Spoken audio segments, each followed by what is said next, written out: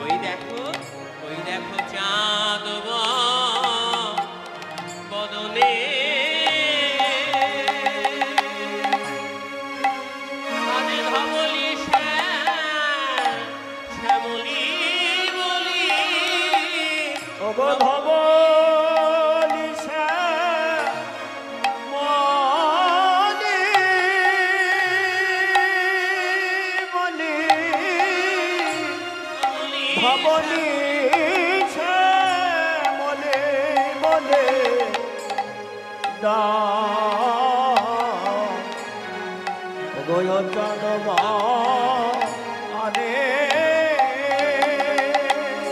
ডাকিছে সঘনে ডাকিছে সঘনে ডাকিছে সঘনে গৌরে ডাকিছে সঘনে ওই চাঁদ বদনে ডাকিছে সঘনে ওই চাঁদ বদনে ডাকিছে সঘনে ওই চাঁদ বদনে ডাকিছে সঘনে ওই চাঁদ বদনে কলির জীব জনগণে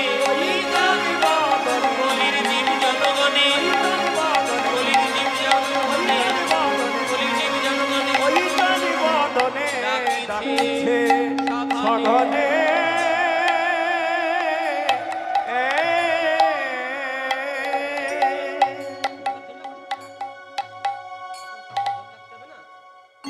নমো মহাবদান্বয়ে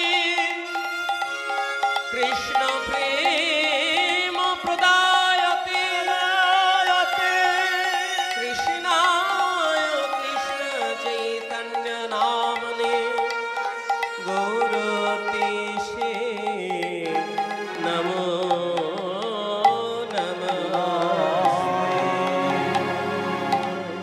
নমস্তে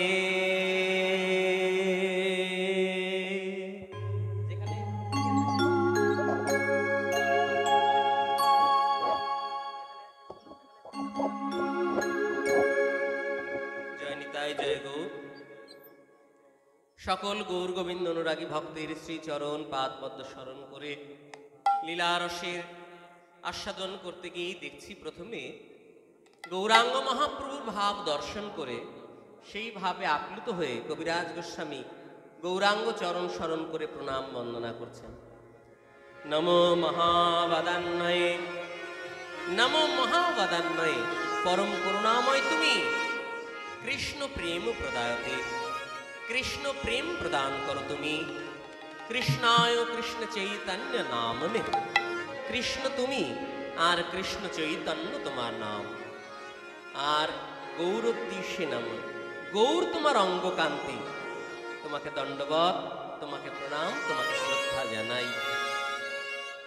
কৃষ্ণদাস কবিরাজ গোস্বামী শ্রী শ্রী চৈতন্য চরিতামৃতের পাতায় ছত্রে ছত্রে এক একটা লীলার বর্ণনা করছেন আর গৌরাঙ্গ চরণ স্মরণ করছেন।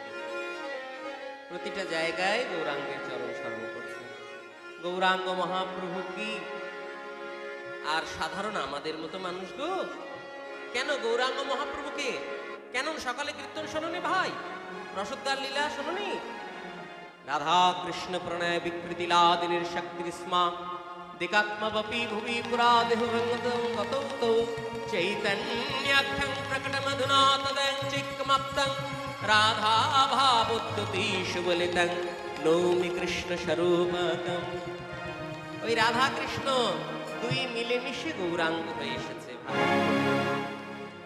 তাই হ্যাঁ অন্তকৃষ্ণং বহির্গৌরাং দর্শিতাঙ্গাদি বৈভবম কলৌ সংকীর্তনাত্ময় শ্রীকৃষ্ণ চৈতন্যমশ্রিতা।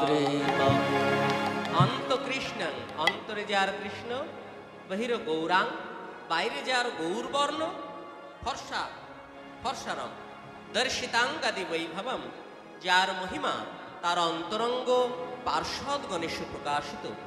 কলৌ সংকীর্তনাদ এই কলিযুগে সংকীর্তন যজ্ঞের মাধ্যমে সেই মহান পুরুষের শ্রীচরণ আমি বন্দনা করি।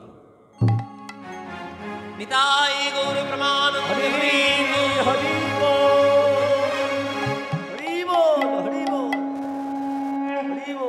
তাই কবিরাজ গোস্বামীর ভাষায় তিনি যেন স্পষ্ট বুঝিয়ে দিচ্ছেন রাধা কৃষ্ণ মিলিত তনু গৌরাঙ্গ মহাপ্রভু হয়ে এসেছেন।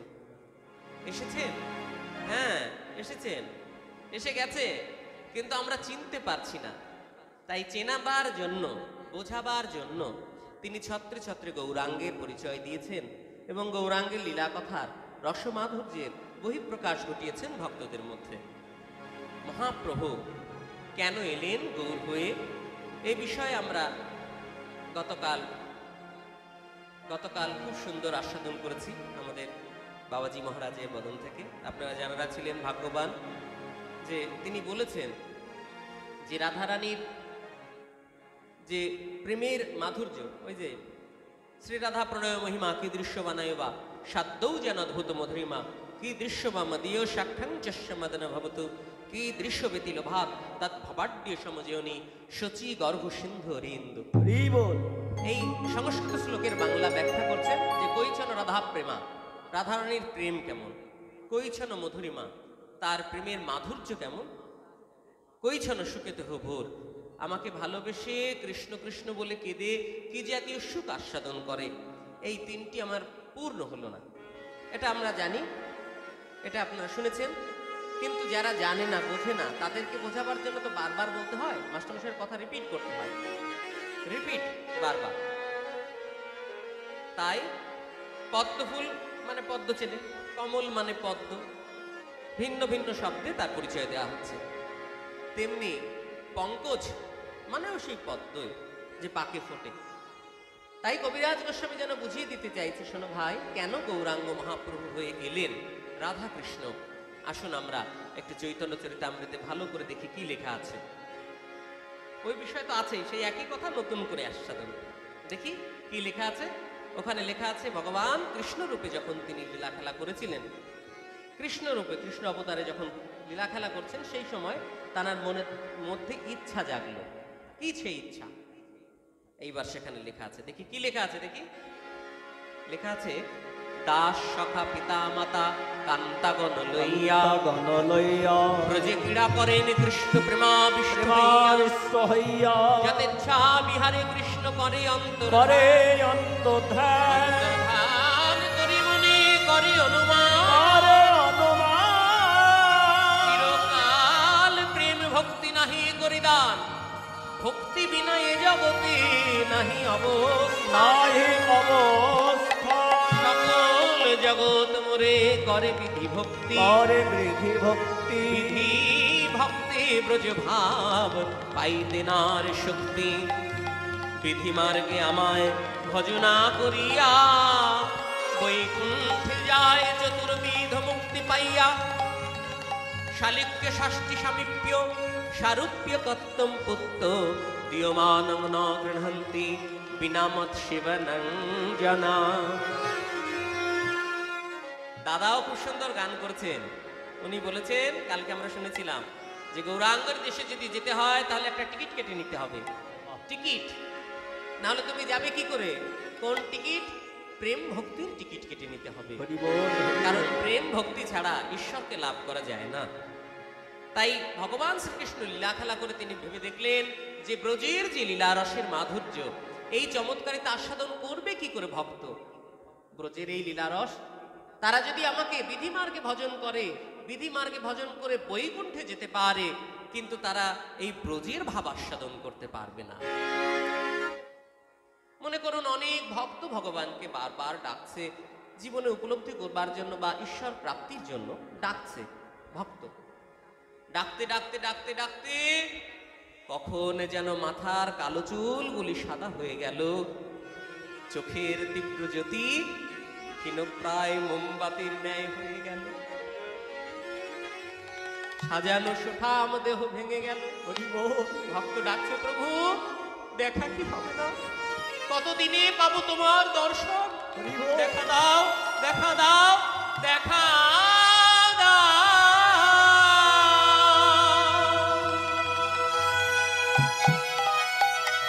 ডাকতে ডাকতে ভক্তের, কত ভক্তের জীবন প্রদীপ নিভে যায়, কিন্তু ভক্তের ডাকে ভগবান সহজে সাড়া দেন না, সহজে তার কৃপা লাভ করা যায় না। কিন্তু ভক্ত ডাকতেই থাকে, যতদিন না ভগবানের কৃপা লাভ করছেন ডাকতেই থাকে, ডাকতেই থাকে। একদিন জীবনে অন্তিম সময় নেমে আসে, ভক্তের দেহ থেকে প্রাণ বেরিয়ে যায়,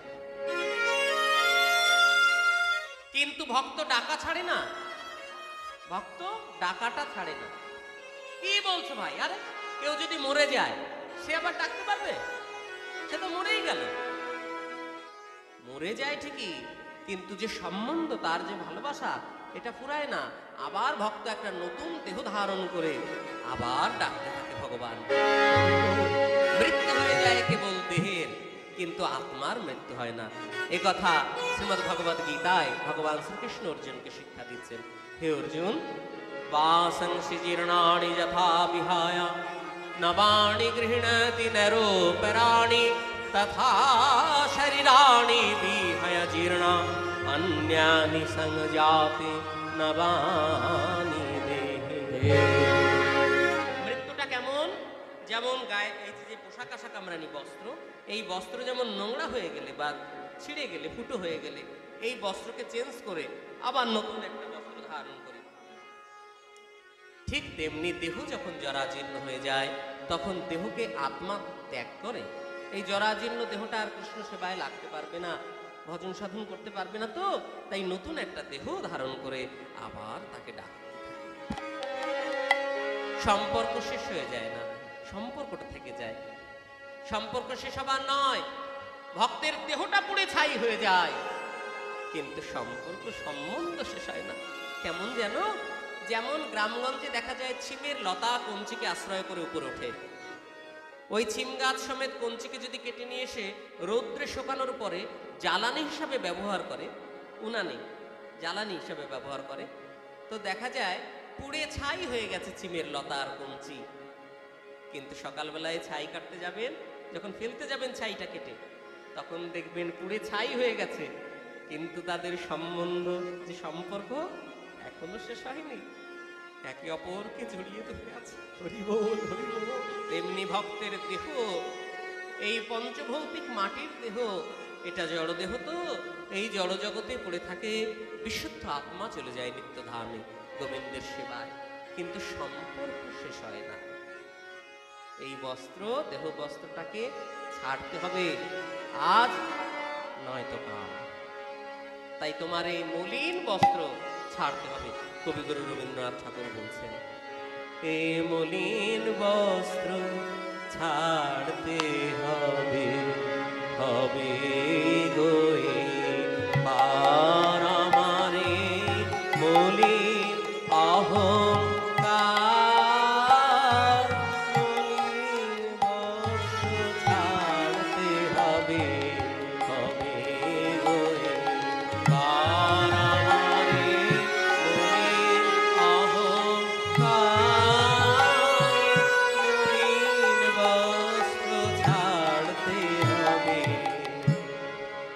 কেন ছাড়তে হবে? কারণ এই দেহে নোংরা লেগে গিয়েছে।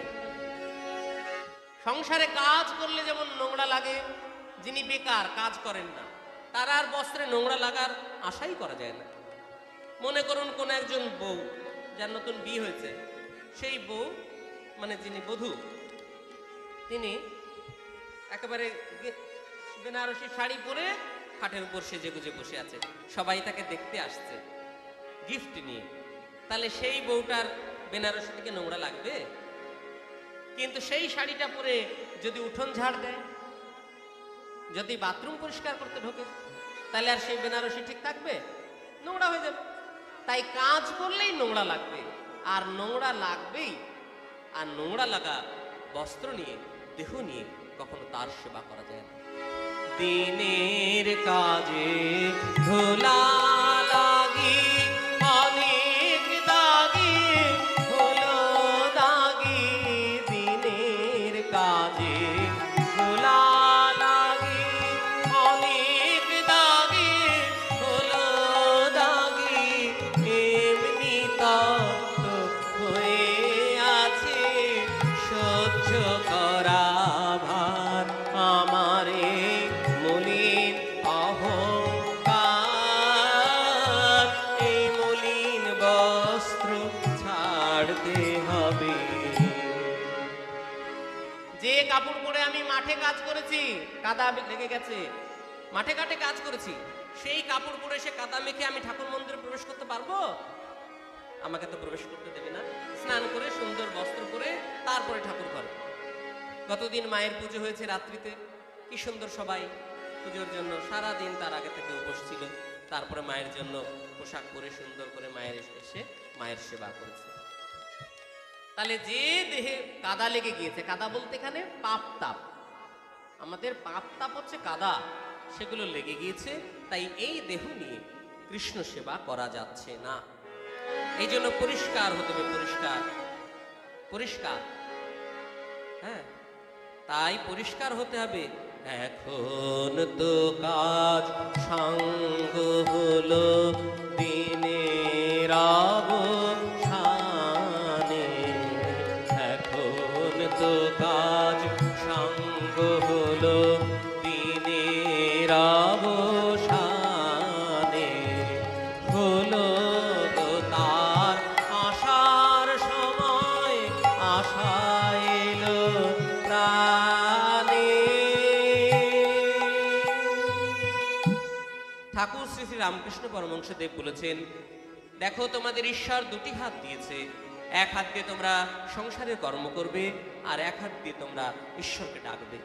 যখন বয়স হয়ে যাবে, ছেলে মেয়ে বলবে, বাবা তুমি অনেক পরিশ্রম করেছো আমাদের জন্য, অনেক কষ্ট করেছো, আর তোমাকে কষ্ট করতে দেব না, এবার আমি দুটো ডাল ভাতের ব্যবস্থা ঠিক করে ফেলবো, তুমি বসে বসে ঠাকুরের নাম সংকীর্তন করো। সেই সময় তুমি দুই হাত তুলে ঈশ্বরকে ডাকো, দুটো হাত তুলে ঈশ্বরকে ডাকো, কারণ সংসারের কাজ তোমার ফুরিয়ে গেছে। তাহলে এবার যে স্নান করে ঠাকুর ঘরে প্রবেশ করতে হবে, স্নান করে আয় এবার তবে প্রেমের বসন করতে হবে, স্নান করে আয় এবার তবে প্রেমের বসন। প্রেমের বসন শুধু ধোয়া কাঁচা কাপড় হলে হবে না, প্রেমের বসন করতে হবে, কারণ প্রেম ভক্তির রঙে যদি নিজেকে না রাঙাতে পারি তাহলে তার সেবা করব কি করে? এই জন্য প্রেমের বসন করতে হবে। সন্ধ্যাবনের বকুল তুলে গাঁথতে হবে হার,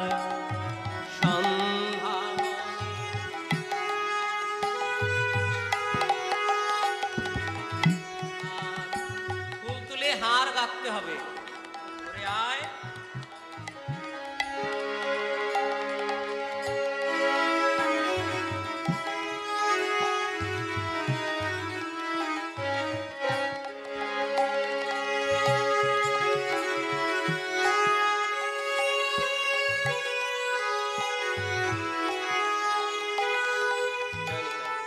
সন্ধ্যাবনের বকুল তুলে গাঁথতে হবে হার। এই জায়গাটি একটু আস্বাদন করতে হবে যে বেঁচে থাকাকালীন আমি অনেক ফুলের মালা পরিয়েছি ঈশ্বরকে, ঈশ্বরের সেবায়, কিন্তু আমার যেদিন মৃত্যু হয়ে যাবে সেদিনকে আমি ফুলের মালা পারবো তার গলায় পরিয়ে দিতে? পারবো না। তাই কি মালা পরাবো? এতদিন জীবনে বেঁচে থাকতে থাকতে যত পুণ্য আমি সঞ্চয় করেছি, অর্থাৎ ঈশ্বরের জন্য, ঠাকুরের ভক্ত সেবার জন্য, সাধুগুরু বৈষ্ণব সেবার জন্য আমি যতটুকু কর্ম করতে পেরেছি, সেই পুণ্যরূপী কর্ম হচ্ছে যেন বকুল ফুল, আর সেই পুণ্য ফুলের মালা গেঁথে সেদিন তার গলায় পরিয়ে দিতে হবে যে ঠাকুর তোমার পৃথিবীতে গিয়ে তোমার ভক্ত সেবার জন্য আমি এটুকু করতে পেরেছি। তাই ওরে তোর মলিন অহংকারকে ছাড়, অহংকার। গীতায়, শ্রীমদ্ ভগবত গীতায় ভগবান বলছেন, ভূমিরাপনবায়ুখং মন বুদ্ধিরেব চ অহংকার তিয়াং মে ভিন্না প্রকৃতিরষ্টধা। অহংকার এটা খুব সাংঘাতিক একটা বিপদ। অহংকার যেন না থাকে মনের মধ্যে। রূপ থাকবে, অর্থ থাকবে, বিদ্যা থাকবে, বুদ্ধি থাকবে, জ্ঞান থাকবে, কিন্তু সেই বিদ্যা বুদ্ধির এবং অর্থের যেন অহংকার তোমাকে গ্রাস না করে। তাই নিরলস ভাবে ভগবানের সাধনা করছেন ভক্ত, ডাকতে ডাকতে ডাকতে ডাকতে অবশেষে একদিন ভগবানের কৃপা হয়েই গেল। হয়ে গেল। কিন্তু ভগবানের সান্নিধ্য যদি কেউ লাভ করে, ভগবানের কাছে আমরা অনেক কিছু চাই, কারণ আমরা সাধারণ মানুষের সঙ্গে একজন ভক্তের অনেক পার্থক্য। অনেক। কিরকম পার্থক্য একটু জানলেই আপনারা বুঝতে পারবেন। আসুন দেখি তো, ভক্ত যখন নয়ন বন্ধ করে অঝর ধারায় কাঁদছেন আর বলছে, ঠাকুর দেখা কি পাবো না ঠাকুর, আর কতদিন তোমার দর্শন পাবো, দেখা দাও দেখা দাও। আমার প্রাণবায়ু যে বেরিয়ে যায় ঠাকুর, আর এ দেহে আমি থাকতে পারছি না, তুমি আমায় দেখা দাও। হে ভক্ত, নয়ন মেলো, দেখো আমি এসেছি, তাকাও আমার দিকে তাকাও। দুটি ঢলো ঢলো নয়নে গদ গদ কণ্ঠে ভক্ত বলে, এতদিনে বুঝি দাসের প্রতি কৃপা হলো। দাসের প্রতি কৃপা হলো। তুমি এসেছো ঠাকুর, সত্যি তুমি এসেছো। দুটি নয়ন মেলে দেখে ভগবানের ওই অপরূপ রূপ মাধুর্য, দর্শন করে নয়ন জলে বক্ষ ভাসিয়ে কাঁদে। ভক্ত কাঁদছে, ভগবান বলছে, এই যে বেশি কান্নাকাটি করো না, আমার সময় নেই, আমি এসেছি, আমার কাছে কিছু চেয়ে নাও। এত জন্ম জন্মান্তর তুমি আমাকে ডাকছো, কিছু চাও তো, চেয়ে নাও আমার কাছে, কি চাইবে বলো, চেয়ে নাও। ভক্ত বলে, ঠাকুর কৃপা করে তোমার দর্শন পেলাম, দর্শন পেলাম, এই দাসের প্রতি তোমার দয়া হয়েছে, দয়া হয়েছে, তোমার অপরূপ রূপ দর্শন করলাম, দর্শন করিলাম।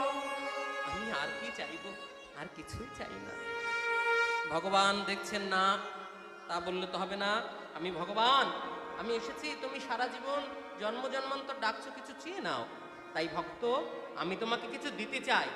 ভগবান পরীক্ষা করছেন ভক্তকে, দেখি ভক্ত নিতে চাই কিনা। আমি তোমাকে কিছু দিতে চাই, তুমি নেবে? ভক্ত বলছে, করজোর করে বলো প্রভু, তুমি কি দিতে চাও? বলে, আমি তোমায় দিতে চাই শাস্তি।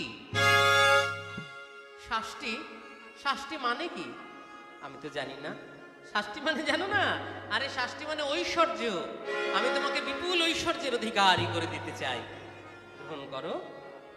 ভক্ত করজোড় করে বলে, প্রভু কি করব আমি ঐশ্বর্য নিয়ে? ওই ঐশ্বর্যের আমার কোনো প্রয়োজন নেই। ভগবান দেখছে, দেখি তুমি চাও কিনা। তাই ভগবান পরীক্ষা করছেন। আমি তোমাকে কি দেব জানো? শালক্য। আমি যে লোকে থাকি গোলক বৈকুণ্ঠ ধামে, ওই বৈকুণ্ঠ ধামটা তোমার নামে আমি রেজিস্ট্রি করে দিতে চাই। ভক্ত বলছে, আমি কি করব বৈকুণ্ঠ ধাম নিয়ে ঠাকুর? তোমার ওই বৈকুণ্ঠ ধামে আমার কোনো প্রয়োজন নেই। দেখেছেন মাগো, আমরা ভগবানকে ডাকি, কেউ মনে করুন আমাকে 1 টাকা দিতে চাইছে, আমি বললাম না না মা, ওটা না দিলে হবে, ঠিক আছে ঠিক আছে। কিন্তু যদি কেউ 1 কোটি টাকা দিতে চায়, তাহলে বাবা আমি নেব না, আমি একেবারে আনন্দ বলবো, দিন দিন দিন দিন দিন 1 কোটি টাকা। আর ভগবান বৈকুণ্ঠ ধাম দিয়ে দিতে চাইছেন। ভক্ত বলছে, আমি কি করব বৈকুণ্ঠ ধাম নিয়ে?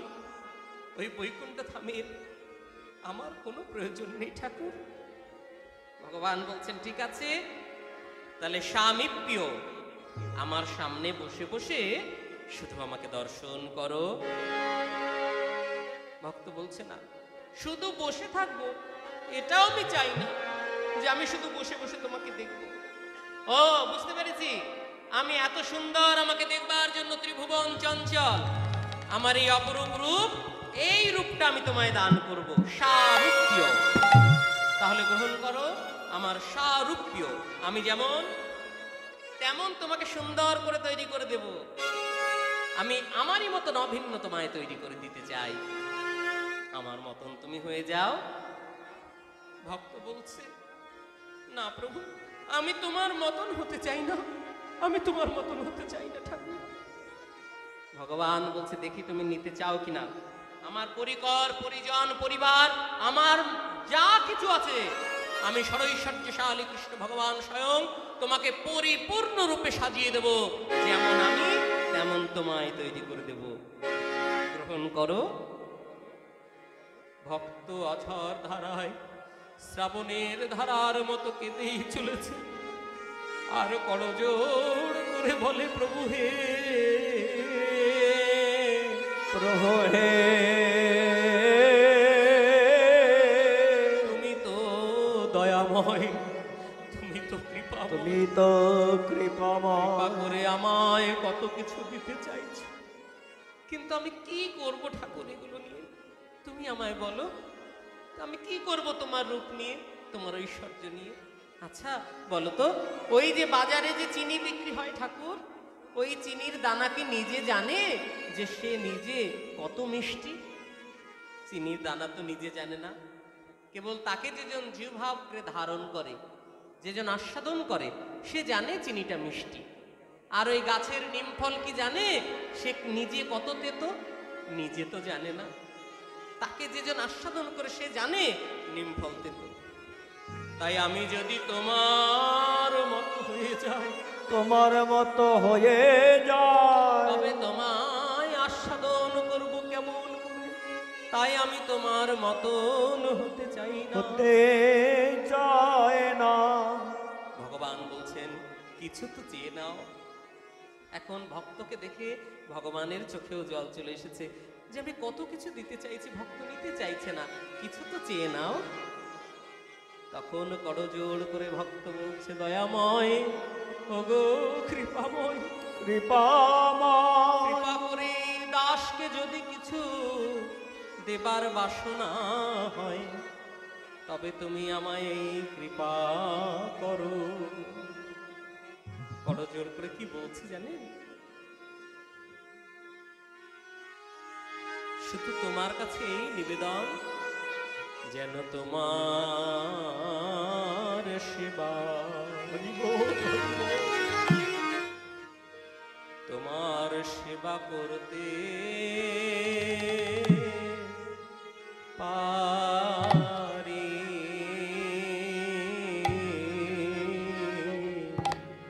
প্রভু গো,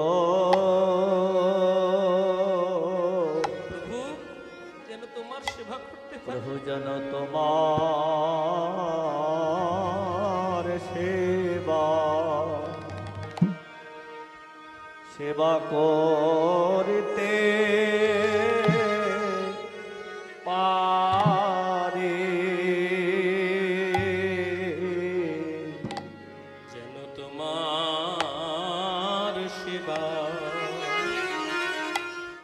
সেবা করতে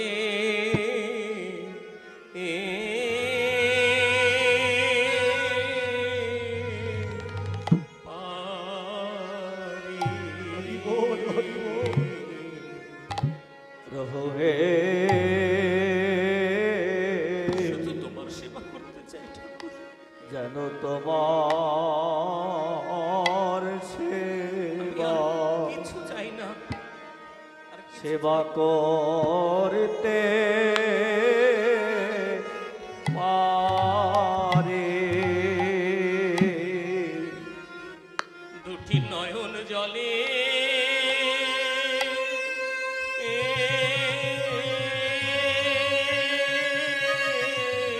হরি বল, হরি বল, আমার নয়ন জলে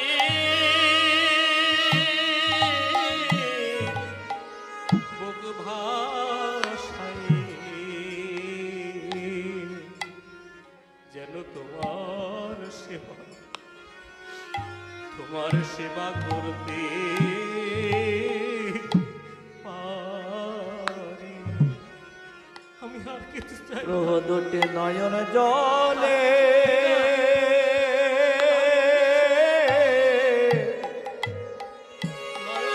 নয়ন জলে বগে ভাসায়ে,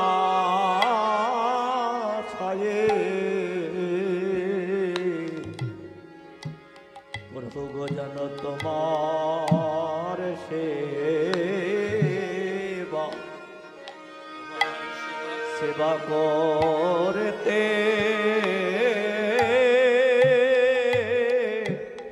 করিতে পারে।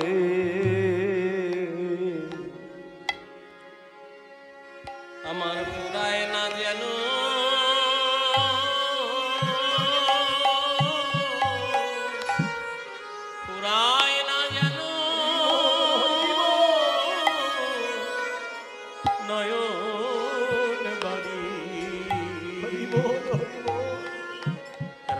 চরণ সেবা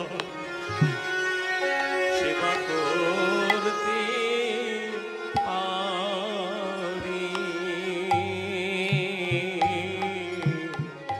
ফুরায় না যেন প্রভু ফুরায় না যেন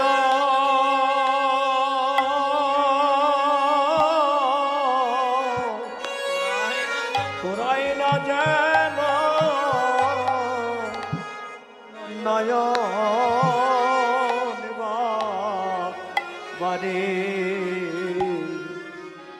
যেন তোমার সেবা আর কিছু চাই না। সেবা করতে পারে আমায় যে কুলে জন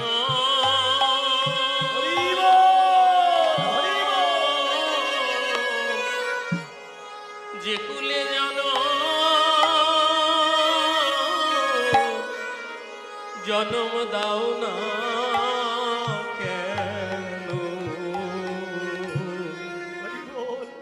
যেন রাঙা চরণ সেবা সেবার অধিকার দিও প্রভু আমার যে কুলে জন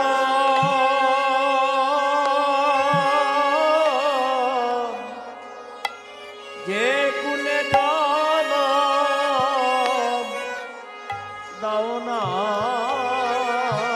কেন যেন তোমার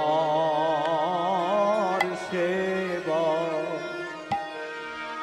সেবা করতে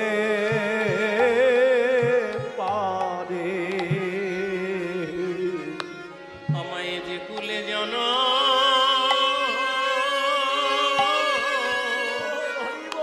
যে কুলে জন দাও না কেন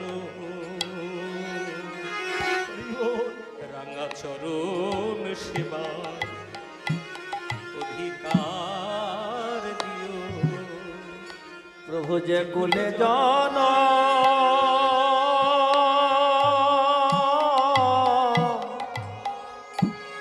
জনমে দাও না কেন রাঙা চরণ সেবা সেবার অধিকার দিও এই কথা শুনেই ভগবান মনে মনে ভাবছেন যে আমি ভক্তকে কত কিছু দিতে চাইলাম শাস্তি অর্থাৎ ঐশ্বর্য শালক্য আমি যে লোকে থাকি সেই লোক সেই বৈকুণ্ঠ ধাম লিখে দিতে চাইলাম ভক্ত নিতে চাইল না সামীপ্য আমার সামনে বসিয়ে রাখতে চাইলাম যে শুধু বসে বসে আমাকে দর্শন করো তাও চায় না সারূপ্য আমার রূপ দিয়ে দিতে চাইলাম তাও ভক্ত নিতে চাইল না সাজুজ্য আমার সঙ্গে অভিন্নতা সৃষ্টি করে দিতে চাইলাম আমার যা কিছু পরিবার পরিজন পরিকর সব কিছু তোমায় দিয়ে দেব তবুও ভক্ত নিতে চায় না ভক্ত কি চায় শুধু আমার চরণ সেবা শুধু আমার সেবা করতে চায় এই ভাব তো আমার কখনো আস্বাদন করা হলো না তাই যদি ভক্তকে এসব দিতেও চায় ভক্ত কখনো গ্রহণ করতে চায় না সেই কথা বলছে শাস্তি শালুক্য সামীপ্য সারূপ্য না লয় ভক্ত যাতে ব্রহ্ম ঐক্য তাই যুগ ধর্ম প্রবর্তাই নাম সংকীর্তন নামে সংকীর্তন ভক্ত আমার নাম করে কিতে কি সুখ পায় আমায় ভালোবেসে কি জাতীয় সুখ আস্বাদন করে আস্বাদন করে আমার তো জানা হল না তাই আমি ওই ভক্ত হয়ে ভক্ত ভাব অঙ্গীকার করে আমি ঘরে ঘরে নাম প্রচারণ করব প্রচার করি তাই যুগ ধর্ম প্রবর্তাই নাম সংকীর্তন নামে সংকীর্তন চারি রসের ভক্ত দিয়ে নাচাইব ত্রিভুবন নাচাইব ত্রিভুবন আপনা করিব ভক্ত ভাব আমি অঙ্গীকার আপনি আচরি ধর্ম শিখাবো শিখাবো সভা আপনি না আচরিলে ধর্ম শেখানো না যায় শিখানো না যায় এই তো সিদ্ধান্ত গীতা ভাগবতী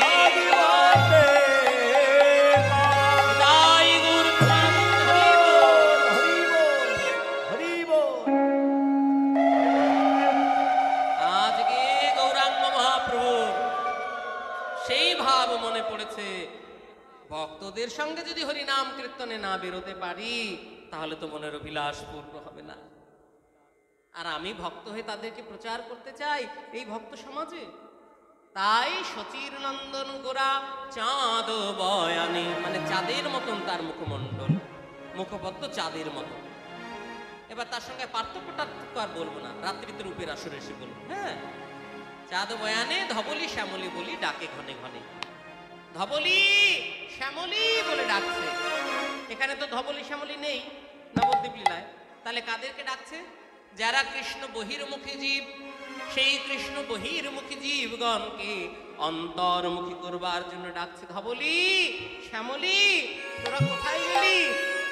তোরা কি আমার কথা ভুলে গেছিস? তোরা আমার কথা বলতে পারিস, কিন্তু আমি তোদের ভুলি নাই রে। ওরে আমি তোদের ভুলি নাই রে। ওরে ও ধবলি ও শ্যামলি তোরা আমায় ভুলি কোথায় রইলি? ওরে ও শ্যামলি ও ধবলি তোরা আমায় ভুলে কোথায় গেলে?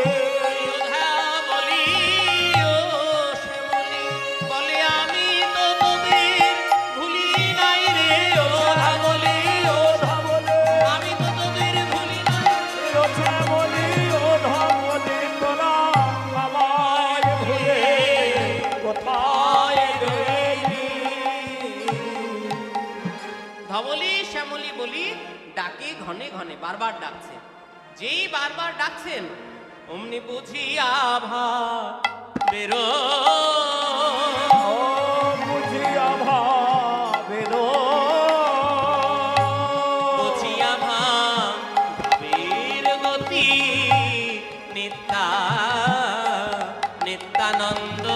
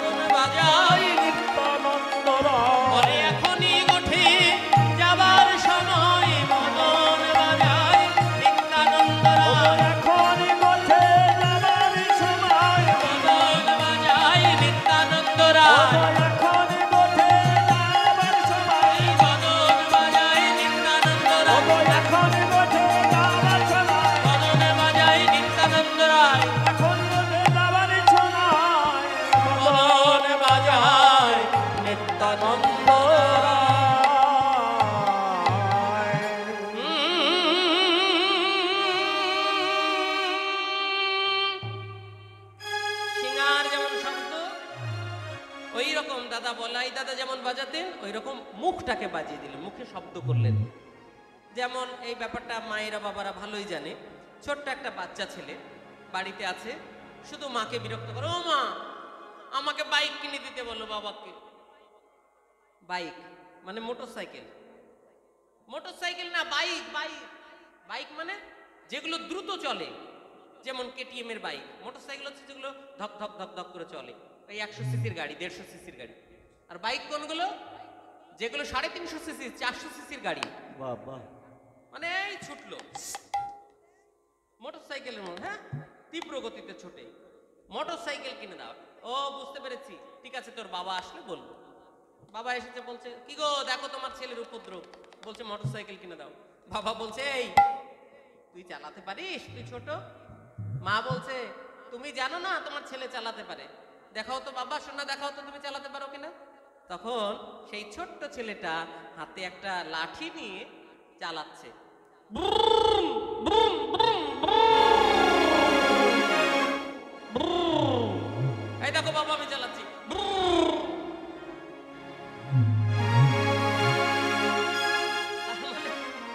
সেখানে কিন্তু কিছু নেই বাবা, মাগো মোটরসাইকেল টাইকেল কিচ্ছু নেই, কিন্তু মনের ভাব প্রকাশ করছে যেন মোটরসাইকেল চালাচ্ছে। মোটরসাইকেল নেই কিন্তু মনে করছে, আর মুখে শব্দ করছে ওইটা আওয়াজটা। ঠিক তেমনি নিত্যানন্দ প্রভু যখনই মহাপ্রভুর ভাব বুঝতে পারলেন, ধবলি শ্যামলী বলে ডাকলেন, ওই ডাকটা নিত্যানন্দ প্রভুর কর্ণগোচর হয়েছে। নিত্যানন্দ প্রভু বুঝতে পেরেছে এখনই গোষ্ঠে যেতে হবে, তাহলে ভক্তগণকে তো ডাকতে হবে। তাই আমি তো বলাই দাদা, আমি তো শিঙা বাজিয়ে বাজিয়ে ডাকি সবাইকে। এখন তো আর শিঙা নেই, শিঙা নেই তো কি হয়েছে, বদন তো আছে, এই বদনেই একটা শব্দ করে দিই। বুঝিয়া ভাবের গতি নিত্যানন্দ রায়, শিঙার শব্দ করি বদন বাজায়।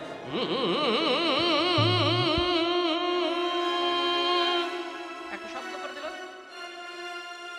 অমনি ভক্তগণ যারা যে যেখানে ছিল ওই শব্দ শুনেই, হ্যাঁ, নিতায় চাঁদের নিতায় চাঁদের নিতায় চাঁদের নিতায় চাঁদের নিতায় চাঁদের মুখে সিঙ্গার, আজ সিঙ্গার নিশা। নিতায় চাঁদের নিতায় চাঁদের মুখে ছেঙার ছেঙার সাবন আজ শুনিয়া ভক্ত গণ, শুনিয়া ভাগত গান আজ শুনিয়া ভক্ত গণ, ওগো শুনিয়া ভাগত গান ভক্তগণ প্রেমী প্রেমী অজ্ঞা। ওগো শুনিয়া ভাগত গান শুনিয়া ভাগত গান প্রেমে আগে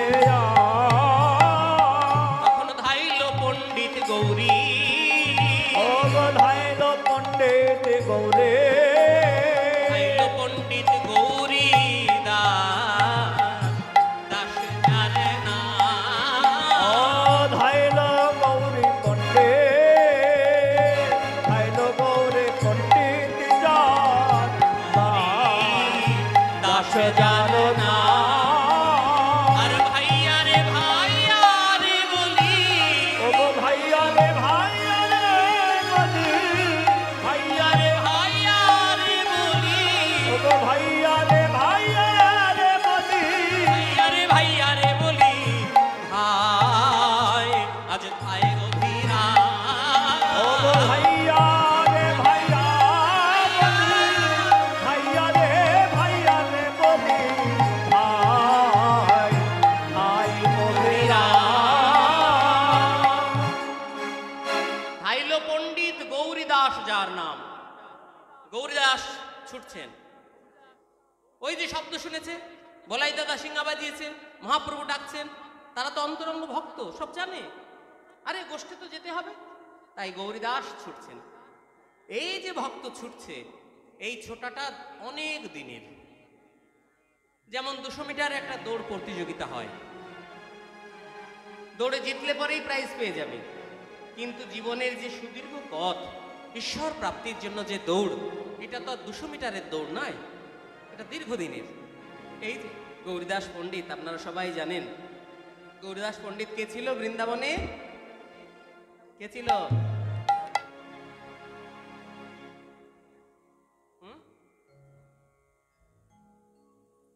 জানে মায়েদের মনে নেই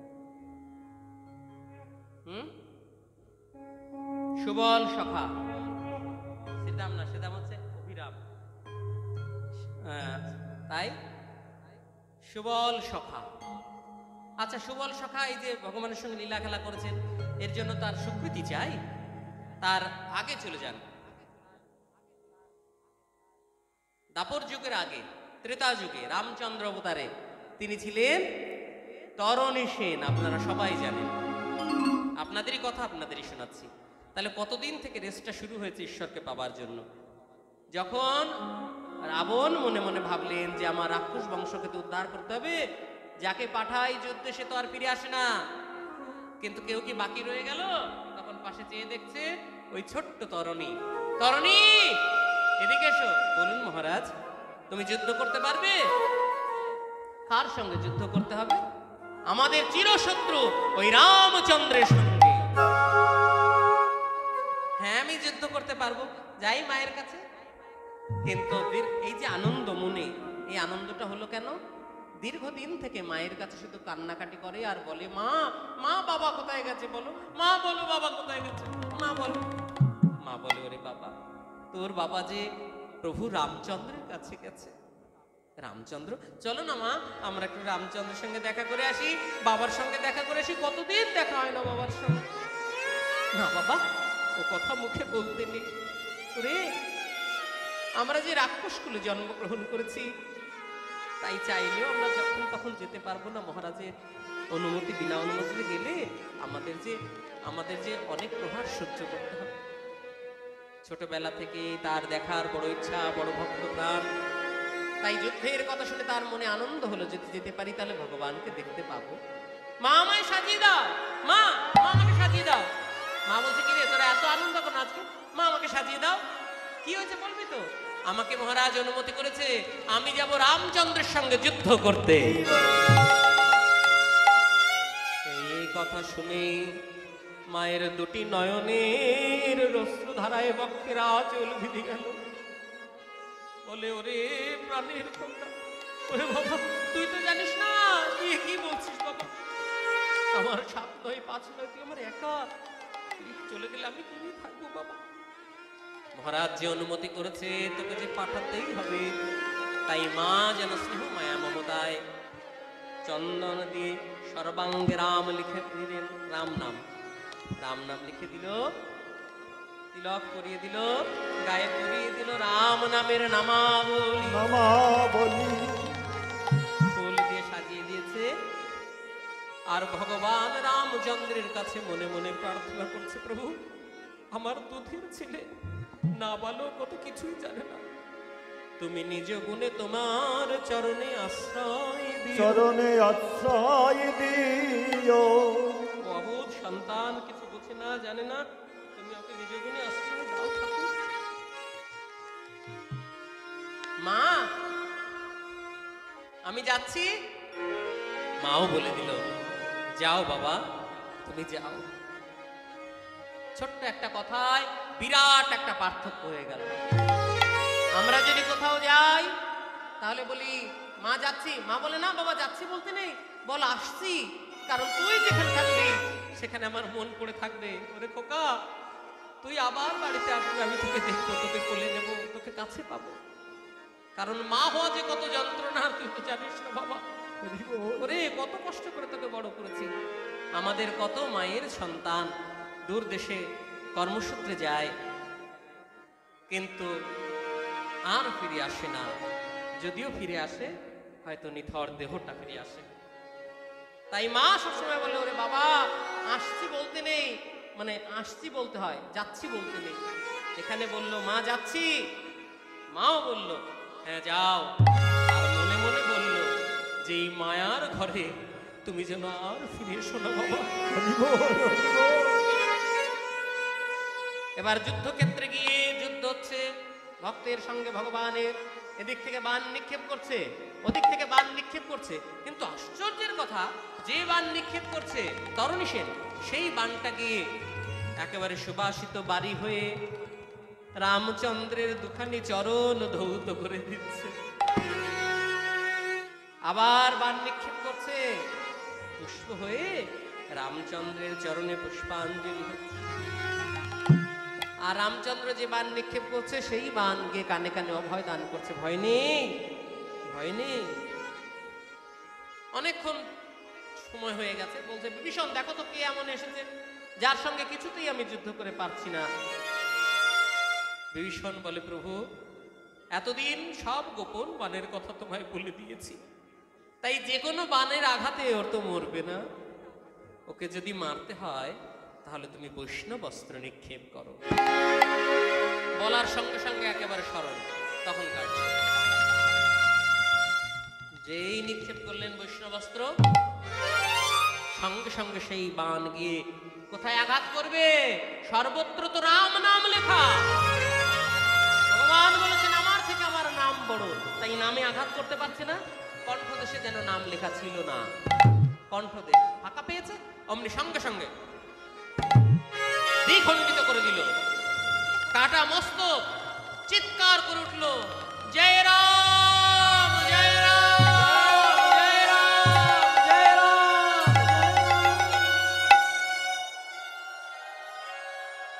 জয় রাম শ্রী রাম জয় জয় রাম, জয় রাম শ্রী রাম জয় জয় রাম, জয় রাম শ্রী রাম জয় জয় রাম, জয় রাম শ্রী রাম জয় জয় রাম। রামচন্দ্র শুনে বলছে, দেখো তো কে আমার এত বড় ভক্ত যার কাটা মস্তকে আমার নাম করছে। ছুটে গেলেন, বিভীষণ আছাড় খেয়ে পড়লেন। বিভীষণ, এ কার পুত্র? কার পুত্র? এত বড় আমার ভক্ত, আমি তো তাকে চিনতে পারিনি। তখন বিভীষণ ঘোরাঘুরি যায় আর বলে, প্রভু গো,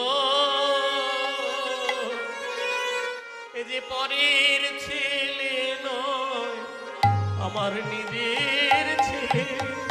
এ যে পরের ছেলে নয়, আমার নিজের ছেলে। এ যে পরের ছেলে নয়, নিজের ছেলে। প্রভু এ তো পরের ছেলে নয়, আমার নিজের ছেলে। যাকে বড় আদর করে আমি বড় করেছি, এ যে পরের ছেলে নয়, আমার নিজের ছেলে। যাকে বড় আদর করে আমি বড় করেছি, প্রভু এ তো পরের ছেলে নয়, নিজের ছেলে। কি নিজের সন্তানের মৃত্যুবানের কথা তুমি আমায় বলে দিলে? বলে, প্রভু ও যে রাক্ষস কুলে থাকলে ওর উদ্ধার হতো না, তাই আমি তোমায় বলে দিয়েছি প্রভু, তুমি ওর সদ্গতি করো ঠাকুর, প্রভু তুমি ওর সদ্গতি করো। তখনও সেই কাটা মস্তক বলছে, রাম রাম রাম। ভগবান বলছেন তখন, ওরে আমার ভক্ত, আমি তো তোকে চিনতে পারিনি বাবা, বল তোর শেষ বাসনা বল। ভগবান যদি কাউকে আদেশ করেন কিছু, সে না বলে কোথায় যাবে? তাই সেই কাটা মস্তক বলছে যে, প্রভু শুনেছিলাম তুমি খুব সুন্দর, আমি তো ছোট ছেলেদের সঙ্গে খেলাধুলা করি, তাই যদি তোমায় কাছে পেতাম তবে তোমার সঙ্গে খেলা করার বড় বাসনা ছিল। বাসনা ছিল। বল তুই খেলা করতে চাস? আর কি চাস? বলে, আমি রাক্ষস কুলে জন্মগ্রহণ করেছি, তোমার নাম জোরে উচ্চারণ করে বলতে পারি না। মা বলেছে, চুপ কর চুপ কর, এই কথা বললে মহারাজ প্রধান্বিত হয়ে যাবে, তাই তুমি আমাকে যে কুলে জন্ম দাও না কেন, যেন তোমার মধুমাখানা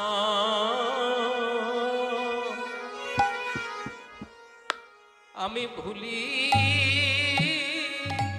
না গো। প্রভু হে,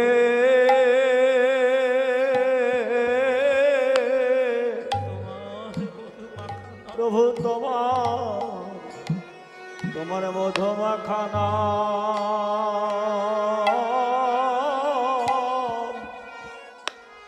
আমি যেন ভুলি নয় হে বদনে নাম যেন নাম যেন বলতে পারি মধুমাখা নাম যেন যেন ভুলি না হে। প্রভু যেন সদায় বদনে তোমার নাম করিব সদায় বলিতে পারি পারি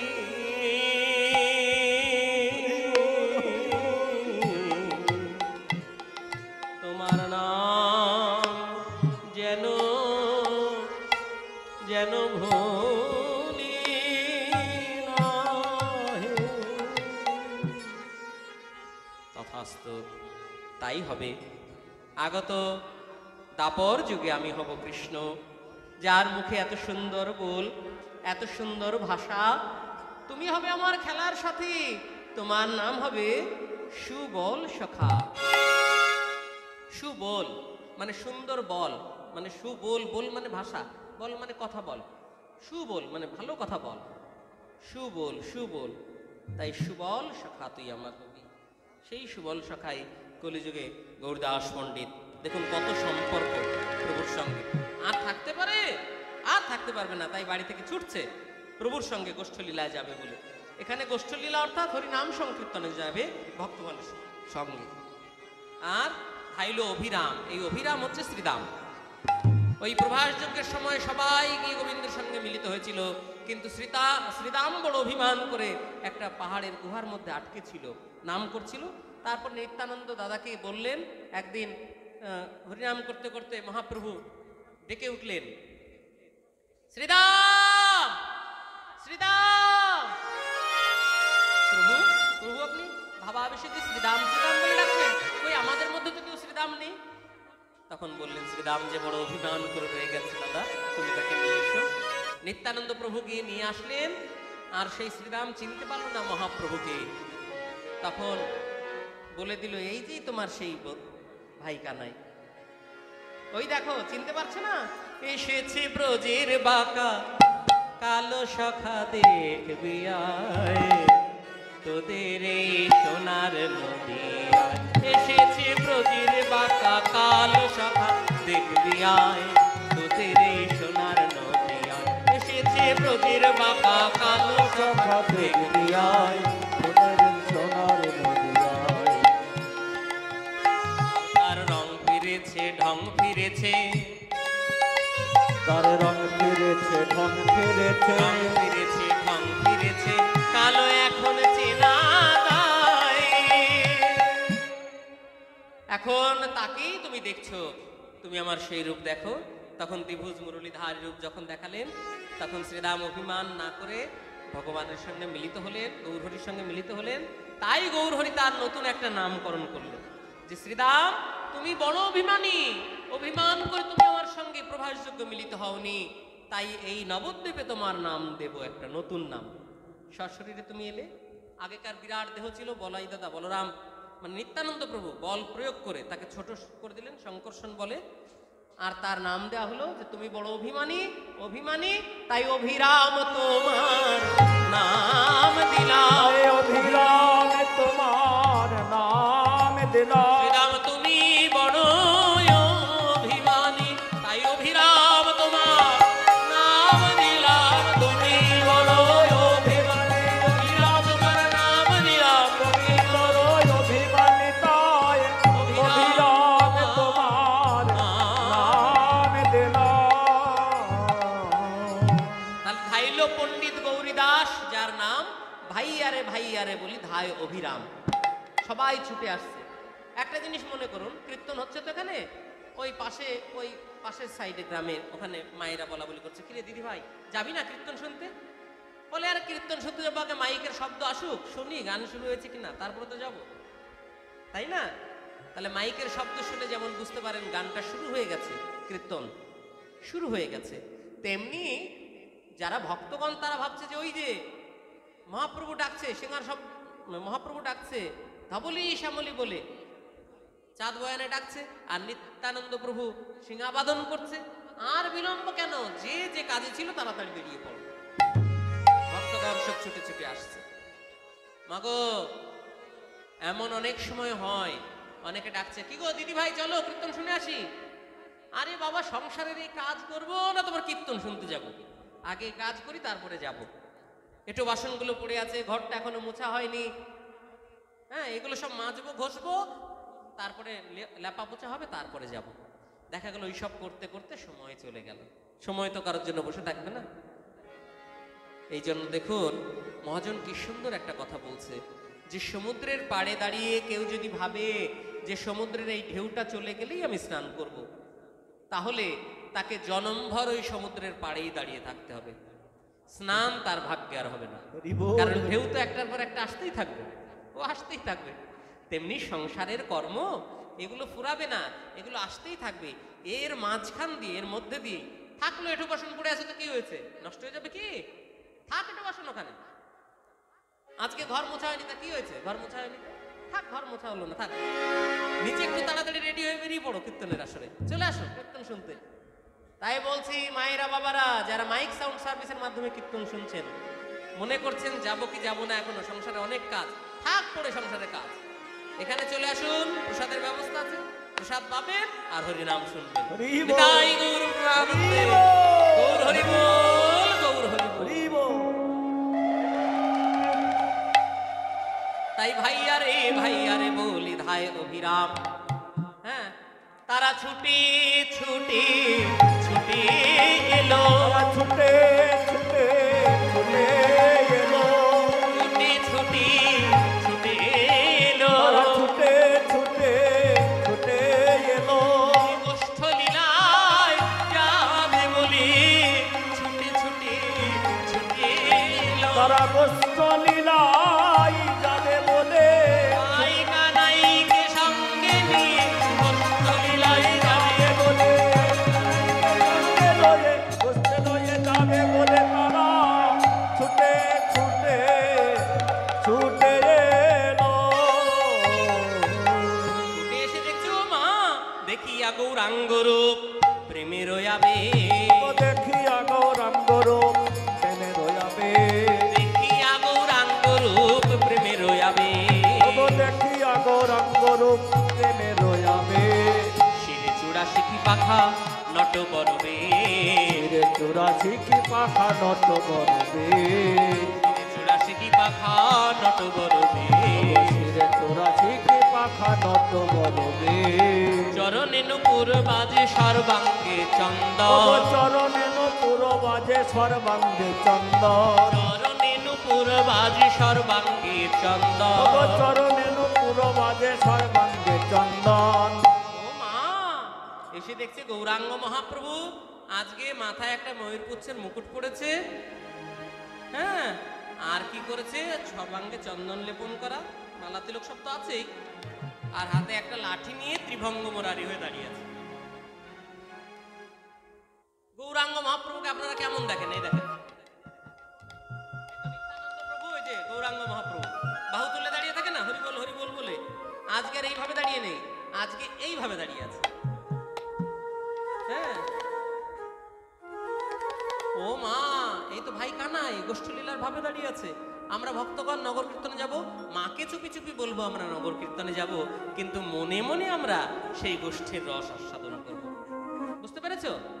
খোল করতাল নিয়ে নগর কীর্তনে বেরিয়ে পড়বে, হরিনাম কীর্তন করবে, কিন্তু মনে মনে তারা জানে যে আমরা গোষ্ঠলীলায় যাচ্ছি কৃষ্ণ বহির্মুখী জীবগণকে অন্তর্মুখী করবার জন্য। হরি বল। এই হচ্ছে মনের ভাব। বোঝা গেল? গোষ্ঠে গমনে যাচ্ছে রাখালগণ, যারা ভক্তগণ তারা হচ্ছে রাখালগণ, আর গৌরাঙ্গ মহাপ্রভু হচ্ছেন ভাই কানাই, আর নিত্যানন্দ প্রভু হচ্ছে দাদা বলাই। ঠিক আছে? চরণে নুপুর বাজে সর্বাঙ্গে চন্দন, ও চরণে নপুর বাজে সর্বাঙ্গে চন্দন, শিবদনে কহে চলো গোবর্ধন, বংশী বদনে কহে চলো গোবর্ধন। এখানে বংশী মদন দাস ঠাকুর মহাশয় তিনি বলছেন, প্রভু এখন কটা বাজে দেখেছ? কটা বাজে? 12টা বাজতে চললো, তাই তো? 12টা বাজে তুমি যাবে কখন গোষ্ঠলীলায়? তাড়াতাড়ি বলো, চলো গোবর্ধন রে। বংশী বদনে কহে চলো গোবর্ধন রে। কহে চলো গোবর্ধন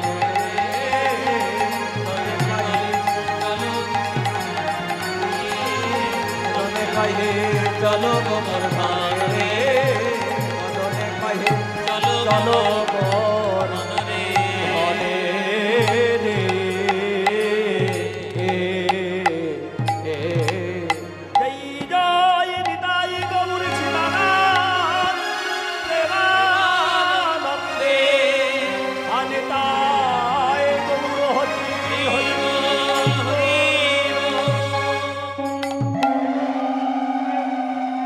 কোথায় যাবে? গোবর্ধন। উচ্চারণ ভঙ্গিমাটা এমন করা দরকার যাতে পূর্ণ মানেটা বেরিয়ে আসে। উচ্চারণে যদি এদিক ওদিক হয়ে যায় তাহলে মানের পরিবর্তন হয়ে যাবে। যদি গোবরের উপরে জোর দিয়ে দিই, গোবর, আর তারপরে শব্দটুকু বলি, তাহলে বিশ্রী বাজে শব্দ, উল্টো পাল্টা মানে। তাই গো জোর দিতে হবে গো এর উপরে। গো মানে গরু বাছুর, বর্ধন মানে বেড়ে ওঠা। যেখানে গেলে ওই পর্বতে লতা পাতা পাবে, পর্বতের আবার কোথাও কোথাও গর্ত আছে, সেখানে জল জমে আছে, জল পাবে। আর ওই বৎসদের পুষ্টি সাধন হবে। পুষ্টি হলে পরে তারা ছায়ায়, পর্বতের ছায়ায় বিশ্রামও নিয়ে নিতে পারবে, লতা পাতার অভাব নেই, খাবে যত ইচ্ছা খুশি। আর গরু বাছুরদের পেট ভরলে পরেই তাদের দুধ হবে, বেশি বেশি দুধ হবে, দুধ থেকে ছানা মাখন হবে, আমরা খেতে পাবো, সবাই ভালো থাকবো। তাই গো বর্ধন মানে গরু বাছুর বেড়ে উঠবে যেখানে গেলে পরে, যেখানে গেলে জল এবং লতা পাতা পাবে। আর আমরা খেলাধুলার জন্য অনেক জায়গা পাবো।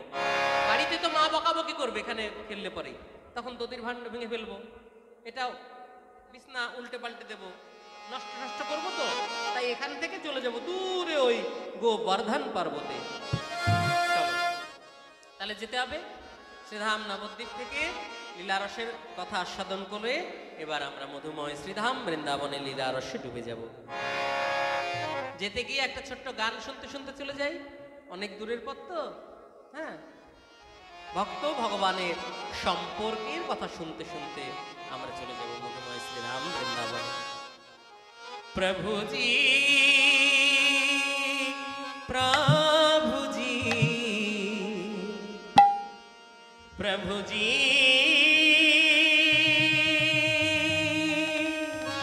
প্রভুজি প্রভুজি প্রভুজি तुम चंदन हम पानी प्रभु जी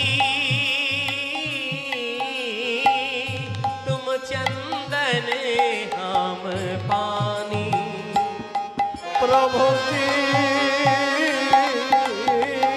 तुम चंदन आने पारे तुम चंदन आने पारे जाति अंग अंग पास समानी जाति अंगे अंगे पास समानी प्रभु जी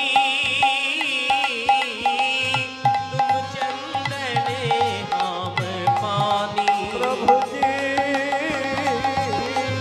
तुम चंदन आम पाने तुम चंदन आम पाने প্রভুজি তুমি হলে মূল্যবান চন্দন আর আমি মূল্যহীন জল, কিন্তু তোমার আমার একই জায়গায় যখন মিলন ঘটে তখন তোমারই কারণে আমি ভক্ত সেবার কাজে লাগতে পারি। মায়েরা যখন চন্দন শিলের সঙ্গে যখন ঘষে তখন জল দিয়ে দেয় একটু, আর ঘষলে পরেই তার সৌরভ চারিদিকে ছড়িয়ে পড়ে, ভক্ত সেবার কাজে লাগে। তেমনি তুমি মূল্যবান প্রভু, আমি মূল্যহীন, কিন্তু তোমার আমার মিলনে আমি ভক্ত সেবার অধিকার লাভ করছি। প্রভুজি तुम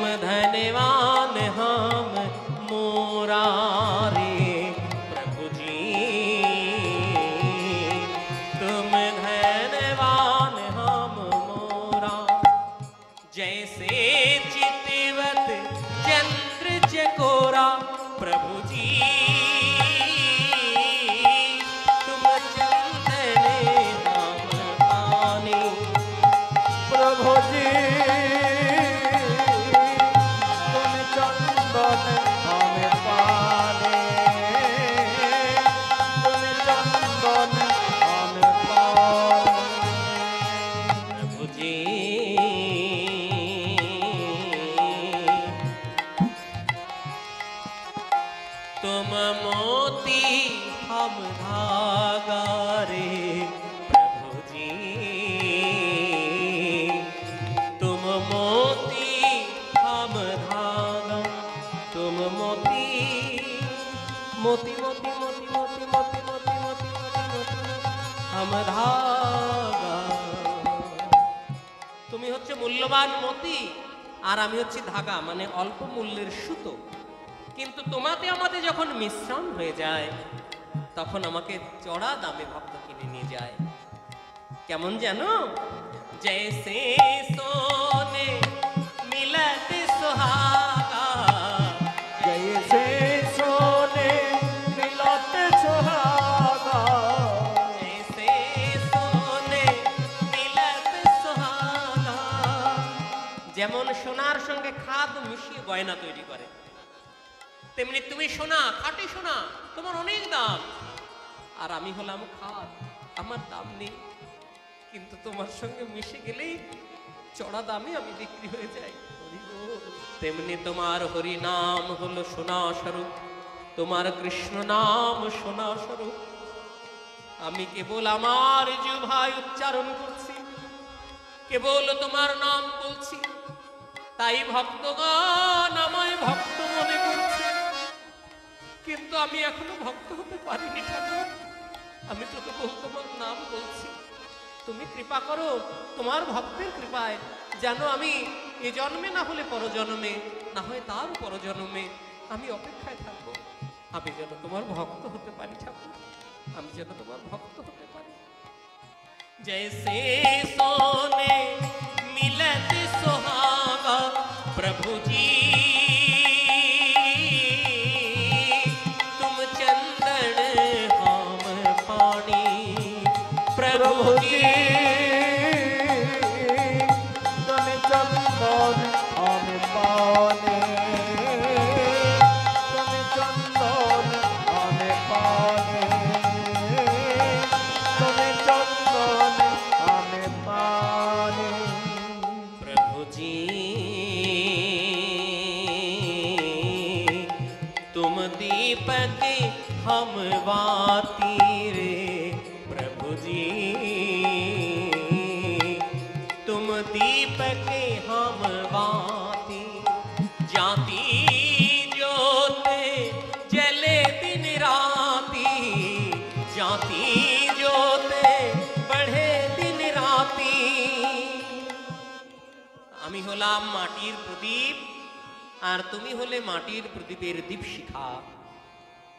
তেমনি এই দেহটা, এটা পঞ্চভৌতিক দেহ, মাটির দেহ, একে এত যত্ন করছি, ভালোবাসছি কেন? পরমাত্মা তিনি ভিতরে আছেন বলেই। তিনি যদি মুহূর্তের মধ্যে অন্তর্ধান হয়ে যান তাহলে এই দেহের আর যত্ন হবে না। কয়েক ঘন্টার মধ্যে একটু যত্ন করে তাড়াতাড়ি তাড়াতাড়ি একে বিদায় জানিয়ে দাও। পুড়িয়ে ছাই করে দেবে, না হলে সমাধি দিয়ে দেবে, পচে গলে মাটির সঙ্গে মিশে যাবে, আর না হলে আগুনে পুড়িয়ে ছাই করে তারপরে ভাসিয়ে দেবে জলে।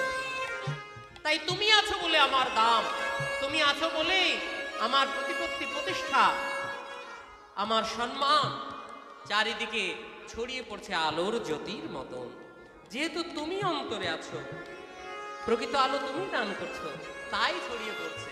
আর তুমি চলে গেলে সব ধুয়ে মুছে যাবে। প্রভু, এগুলো তো হলো সব বাইরের কথা, বহিরঙ্গ কথা, আর আমার অন্তরঙ্গ তত্ত্বের দিকে তোমার সঙ্গে আমার একটা সম্পর্ক আছে। এগুলো আমার সব গৌণ সম্পর্ক, কিন্তু মুখ্য সম্পর্ক তোমার সঙ্গে একটা আমার আছে, বলবো? এবার শোনো তাহলে সেই কথা। প্রভুজি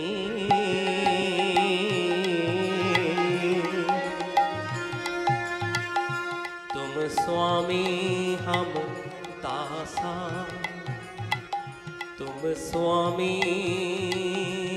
हम दासा, दासा दासा दासा दासा, तुम स्वामी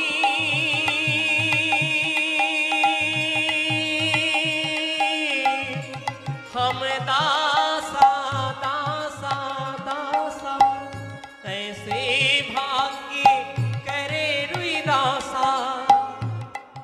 তুমি হলে আমার স্বামী, আমি হলাম তোমার ভৃত্য, তোমার চাকর, তোমার সেবক। তুমি আমার প্রভু, আমার মালিক, আর আমি তোমার চাকর। এটাই হলো আমার মুখ্য সম্পর্ক। এই কথাই তো বলেছে কৃষ্ণদাস কবিরাজ গোস্বামী, জীব নিত্য কৃষ্ণ দাস। আমরা হলাম সবাই কৃষ্ণের দাস, আর দাস রূপে যেন আমাদের স্বামীকে, আমার প্রভুকে যেন সেবা করতে পারি, ভালোবাসতে পারি। ভালোবাসা দিয়েই তাকে পাওয়া যাবে। ভালোবাসতে হবে, নির্বিকার চিত্তে শুধু ভালোবাসতে হবে, সব সময় ভালোবাসতে হবে। তাই আমি তোমার চাকর, আমি তোমার চাকর, আমি তোমার দাস, তুমি আমায় গ্রহণ করো প্রভু। এত ভাগ্য আমি করেছিলাম যে আমি তোমার দাস হতে পেরেছি, এটাই আমার সব থেকে বড় পাওয়া জীবনে। ऐसे भाव के करे रुई दासा प्रभु जी, तुम चंदन हम पानी प्रभु जी, तुम चंदन हम पानी प्रभु जी, तुम चंदन हम पानी, तुम चंदन हम पानी, गामा पानी तुम चंदन हम पानी, गामा पानी तुम चंदन हम पानी। बोलिए भाई वृंदावन धाम की जय, यमुना मैया की जय, गिरि महाराज की जय, भक्त वृंदों की जय, আপন আপন গুরু মহারাজ কি। जय। বাহ, কি সুন্দর। আচ্ছা মায়েরা, সব পুজো টুজো কমপ্লিট তো? কোনো আর চিন্তা নেই? এখন বাইরের কথা চিন্তাই করবেন না, এখন শুধু রাধে রাধে রাধে রাধে, তাই না? হাতে তালি দিতে বলি, রাধে রাধে বলতে বলি। আমরা প্রত্যেকজন কীর্তনিয়া এসে এটা যেন নতুন করে নাচ শেখাতে হয়, নিজে থেকেই দিতে হবে। কারণ এই কীর্তনটা শুধু শোনা নয়, কীর্তনটা হচ্ছে সেবা, প্রভুর সেবা করা। তাই যতটুকু মন প্রাণ দিয়ে পারি সেবা করা, কারণ তিনি তো সব জানেন, তিনি সব দেখছেন। আমি যদি তাকে ভালোবাসতে পারি, তিনি তো আমাকে সব সময় ভালোবাসছে আমার মধ্যে থেকে, আমি কি তাকে একটু ভালোবাসতে পারি না? একটু ভালোবাসার চেষ্টা করি, ভালোবাসার চেষ্টা করি। রাধারানীর কৃপা না হলে গোবিন্দের কৃপা তো পাওয়া যাবে না। রাধারানীর নাম তিনি কত ভালোবাসে, রাধারানীকে কত ভালোবাসেন, এ কথা আপনারা সকালে শুনেছেন। এই জন্য একটু রাধা নাম জপ করে নি। জপে যা রাধে রাধে, ভজে যা রাধে রাধে, जपे जा राधे राधे, भजे जा राधे राधे, जपे जा राधे राधे। वृंदावन वृंदावन वृंदावन धाम अपार, जपे जा राधे राधे, रथ अलबेली सरकार, जपे जा राधे राधे। नल बेले सरकार, जपे जा राधे राधे, वृंदावन धाम अपार, जपे जा राधे राधे। नल बेले सरकार, जपे जा राधे राधे। तूने वृंदावन में आयो, मेरे राधा नाम न गायो। तुम वृंदावन में आयो, मेरे राधा नाम न गायो। तेरा जीवन तेरा जीवन तेरा जीवन को धिक्कार, जपे जा राधे राधे, रस वेदन को सार, जपे जा राधे राधे। तेरा जीवन को धिक्कार, ধিক্কার বলছে তোমাদের জীবনে ধিক্কার। তোমাদের বলেনি, তেরা মানে তোমার, তোমার জীবনে ধিক্কার। আপনাদের আঙুল দেখাচ্ছি বলে আপনাদের বলছি না, আপনাদেরকে আঙুল দেখিয়েছি বলে আপনাদের দেখাচ্ছি না। আপনাদের তো একটা আঙুল দেখিয়েছি, আর তিনটে আঙুল তো আমার দিকেই ঘুরে আছে। তাই আমার মন যেন বলছে আমার দেহকে, ওরে এত সুন্দর দেহ পেয়েছিস, এই বৃন্দাবন ধামে এসে যদি তুই রাধা নাম জপ না করিস, তাহলে এত সাজিয়ে কি লাভ? এই দেহকে এত সাজিয়ে কি লাভ? তোর এই জীবনে ধিক্কার। তাই তাড়াতাড়ি রাধে রাধে বল, রাধে রাধে বল। তাই যেন আমার মন আমার দেহকে বলছে রাধে রাধে বল, না হলে তেরা জীবন কো ধিক্কার, জপে যা রাধে রাধে।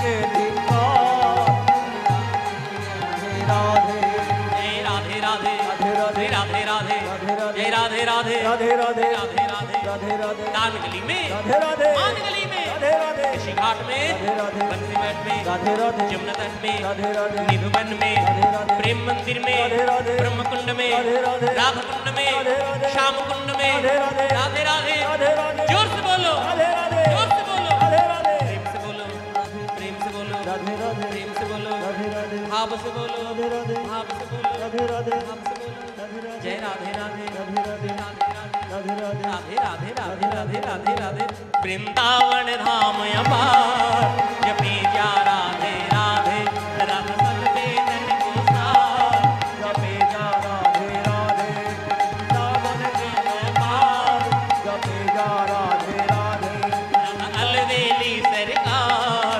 जपी जा राधे राधे बोलिए वृषभानु राजनंदन राधा ठाकुरानी की जय गुरु महाराज की जय भक्त वृंदों की जय जय जय राधे श्याम।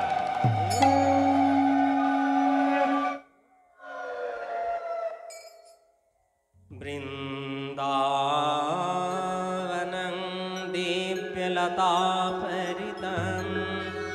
लताश्च स्फुरित पुष्पितगृभाज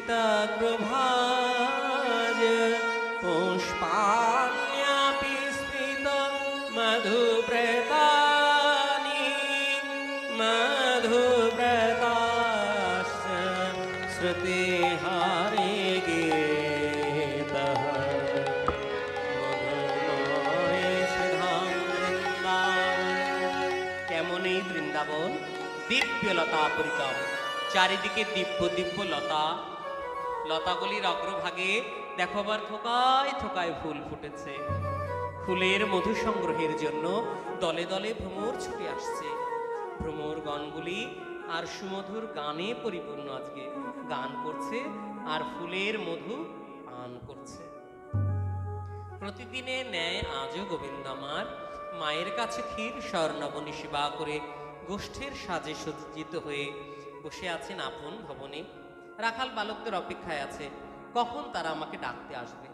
যেমন ওই যে মহাপ্রভু বাড়িতে বসেছিলেন, দাঁড়িয়েছিলেন আর ডাকছিলেন, মনে মনে গোবিন্দ ডাকছে, এখন আসছে না কেন? এদিকে আপন আপন মায়ের কাছ থেকে ক্ষীর স্বর্ণবনী সেবা করে যার যেমন যা যা আছে বাড়িতে খেয়ে দিয়ে শ্রীরাম সুদাম দাম বসুদাম এসে পথে দাঁড়িয়েছে। এসে সবাই বলা বলি করছে, হ্যাঁ আরে বসুদাম, আরে কানাই এখনো এলো না কেন? দেখ তো কটা বাজে এখন, হ্যাঁ কত বেলা হয়ে গেছে, দেখ এখনো কানাই আসছে না কেন? তারা বলা বলি করছে, আরে ও রাজার ছেলে জানিস না, আরে রাজার ছেলে বলে ওকে প্রতিদিন সাধতে হবে, প্রতিদিনই ডাকতে হবে। না না না, আজকে আর আমরা ডাকতে ডাকতে পারবো না, আমরা নিজেরাই যাব। এই বলে তাদের মধ্যে একটা বিরূপ আচরণ দেখা দিল।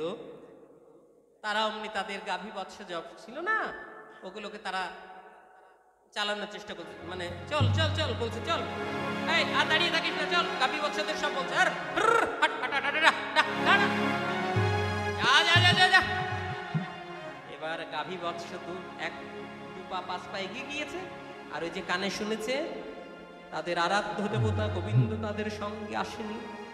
সত্যি কি আসেনি দেখি তো, এই বলে এই ভেবে যখন গাভী বৎস এদিকে ওদিকে চাইছে, দেখছে তাদের আরাধ্য দেবতা তাদের সঙ্গে নাই। তখন ওই যে পাঁচ পা এগিয়ে গেছিল বাবা, আবার সঙ্গে সঙ্গে পশ্চাতে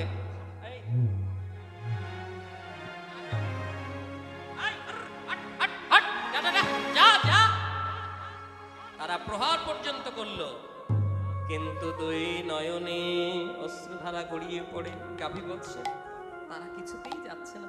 শ্রীরাম মনের ভাব বুঝতে পেরে শ্রীরাম বলছে, ওরে তোরা এমন করে ওদেরকে প্রহার করিস না, দেখ তোরা মনে মনে ভাবছিস যে তোরা আমাদের ভাই কানাইকে না নিয়ে আজকে যাবি, কিন্তু যতই আমরা ভাবি না কেন আমাদের এই ভাবনায় কাজ হবে না।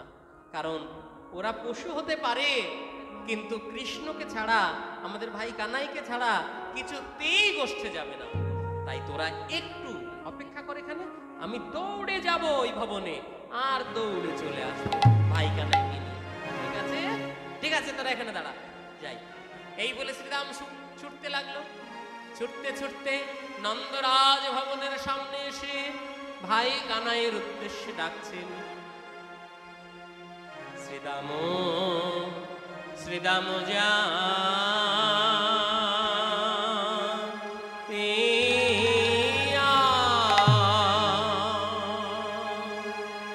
ও যাইয়া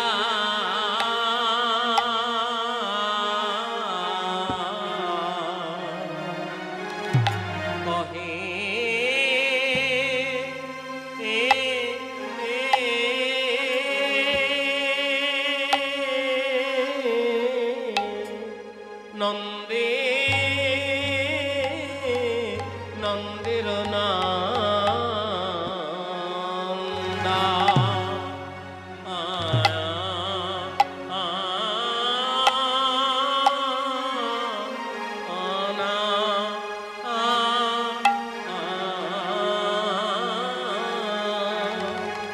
শ্রীদাম যাইয়া কহে নন্দের নন্দনা রে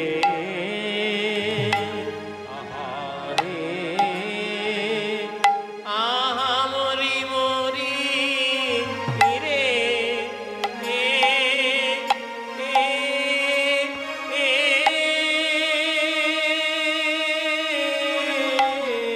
আরে শ্রীদাম যায় হে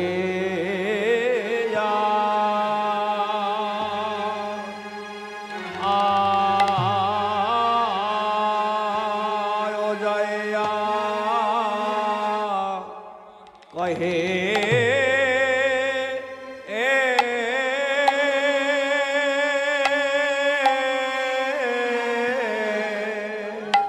ওরে নন্দে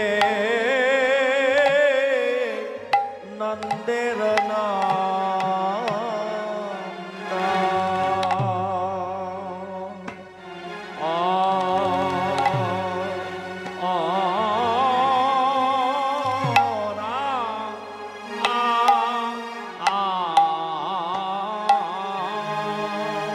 শ্রীদাম যাইয়া কহে নন্দের নন্দনা আহারে আহারে ও আহা মরি মরি রে এ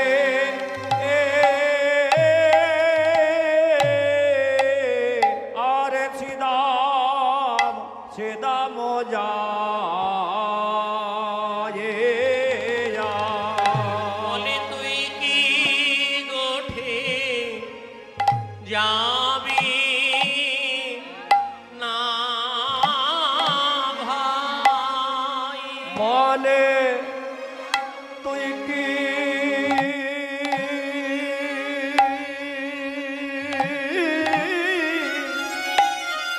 তুই কি গোঠে যাবে না ভাই কানাই তুই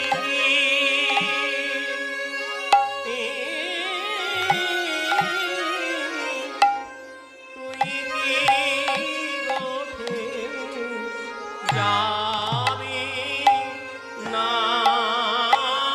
ভাই? বলে তুই কি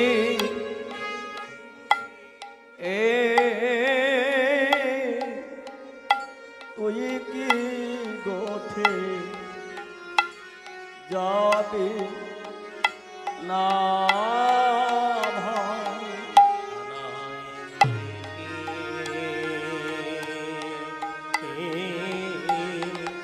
তুই কি গোঠে যাবি না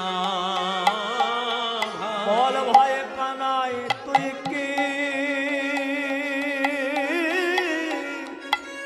কি গোঠে যাবি না ভাই? কানাই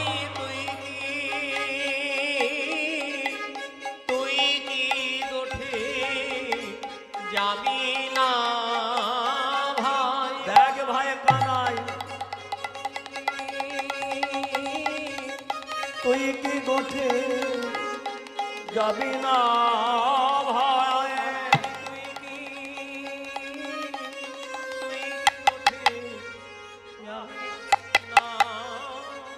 ওই দেখ গোঠে এ গোঠের বেলা অধিক হলো দেখ ভাই গোঠে গোঠের বেলা অধিক হলো যে দেখ কানায় গোঠে গোঠের বেলা অধিক হলো দেখ ভাই গোঠে গোঠের বেলা অধিক হলো যে দেখ গাভী গাভী বৎসনা রায়ে আছে গাভী বংশ দাঁড়ায় আছে দেখ ভাই কানাই গাভী গাভী বৎসনা রায়ে আছে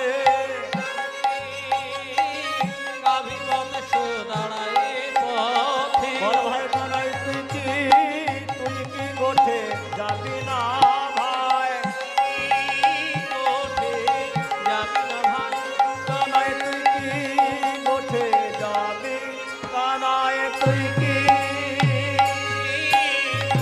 তুই কি গোঠে যাবি না ভাই কানাই তুই কি গোঠে যাবি না ভাই তুই কি গোঠে যাবি না ভাই কানাই তুই কি গোঠে যাবি না ভাই কানাই তুই কি গোঠে যাবি না ভাই কানাই তুই কি গোঠে যাবি না ভাই তুই কি গোঠে যাবি না ভাই তুই কি গোঠে যাবি না ভাই কানাই তুই কি গোঠে যাবি না ভাই তুই কি গোঠে যাবি না ভাই যাবি না ভাই রে এ শ্রীরাম শ্রীরাম যাই এ আ। শ্রীরাম যা ইয়া কহি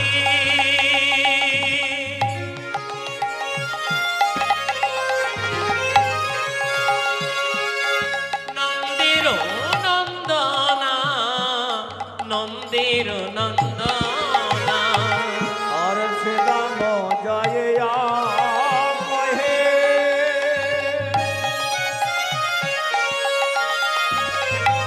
নন্দের নন্দনা বুঝি